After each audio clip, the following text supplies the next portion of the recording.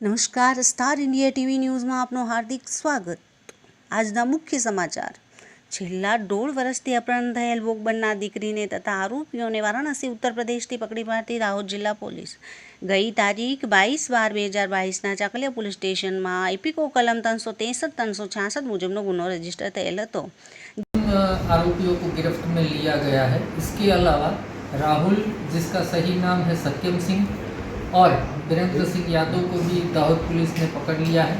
तो कुल मिला के अब तक 5 एक्यूज का इसमें अरेस्ट किया गया है और ये एक पूरा ह्यूमन ट्रैफिकिंग का इंटरस्टेट मॉड्यूल हो, ऐसा अभी शुरुआती तबक्के में मालूम होता है। आगे और जांच की जाएगी कि इस गुना में और कितनी लड़कियों को इन्होंने फंसाया है, या तो किसने किसको कहाँ कितने पैसों में लड़कियों को या लड़कों को बेचा है या नहीं, वो सब चीज़ें आगे जांच में खुलेंगी। તેમજ નાયબ પોલીસ અધિક્ષક શ્રી ડી.આર. પટેલ, ઝાલોદ ડિવિઝન સાહેબનાઓએ અપહરણ થયેલ બાળકોને શોધી કાઢવા સારું સૂચન કરેલ હોય, જે અન્વયે અલગ અલગ ટીમો બનાવી સુરત તથા મુંબઈ તેમજ અલગ અલગ શહેરોમાં ભોગ બનનારની શોધખોળ કરતા મળી આવેલ ન હતી।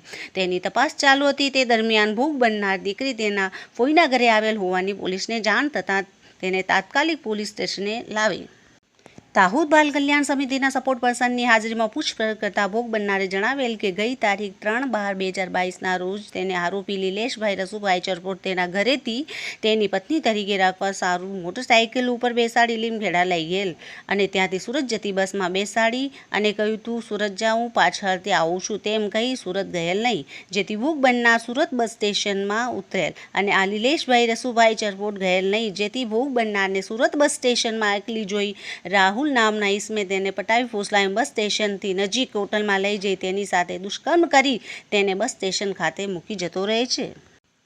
ભોગ બનનાર બસ સ્ટેશન બેઠેલ હોય તે દરમિયાન પૂજા ઉર્ફ સારિયા નામની સ્ત્રી તથા આનંદસિંહ નામનો પુરુષ તેની પાસે આવી તેને પટાવી ફોસલાવીને તેના ઘરે લઈ જાય 5 દિવસ રાખે છે।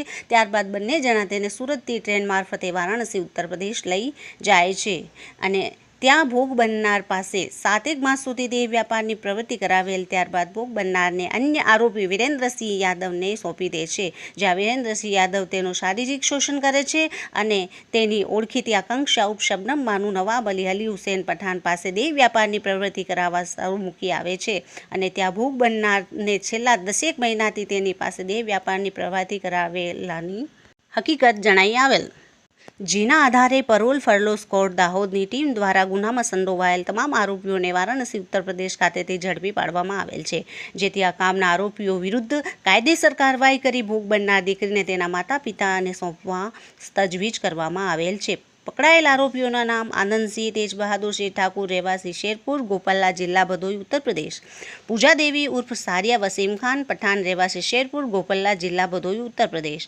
આકાંક્ષા ઉર્ફ શબનમ નવાબ અલી હુસૈન પઠાણ, રહેવાસી રામનગર કટેસર તાલુકા, મુગલસરાય જિલ્લો, વારાણસી ઉત્તર પ્રદેશ। આરોપીઓનો ગુનાહિત ઇતિહાસ રહેલો છે, તેના વિરુદ્ધ ગુંડા એક્ટ મુજબ ગુના દાખલ થયેલ છે। આમ છેલ્લા 1.5 વર્ષથી અપહરણ થયેલ આ ભોગ બનનાર દીકરીને તથા આરોપીઓને વારાણસી ઉત્તર પ્રદેશથી શોધી કાઢતી પરોલ ફરલો સ્કોડ દાહોદ તેમજ ચાકલિયા પોલીસ સ્ટેશનની સફળતા। Star India TV news Dahod reporter Kishorsinh Solanki.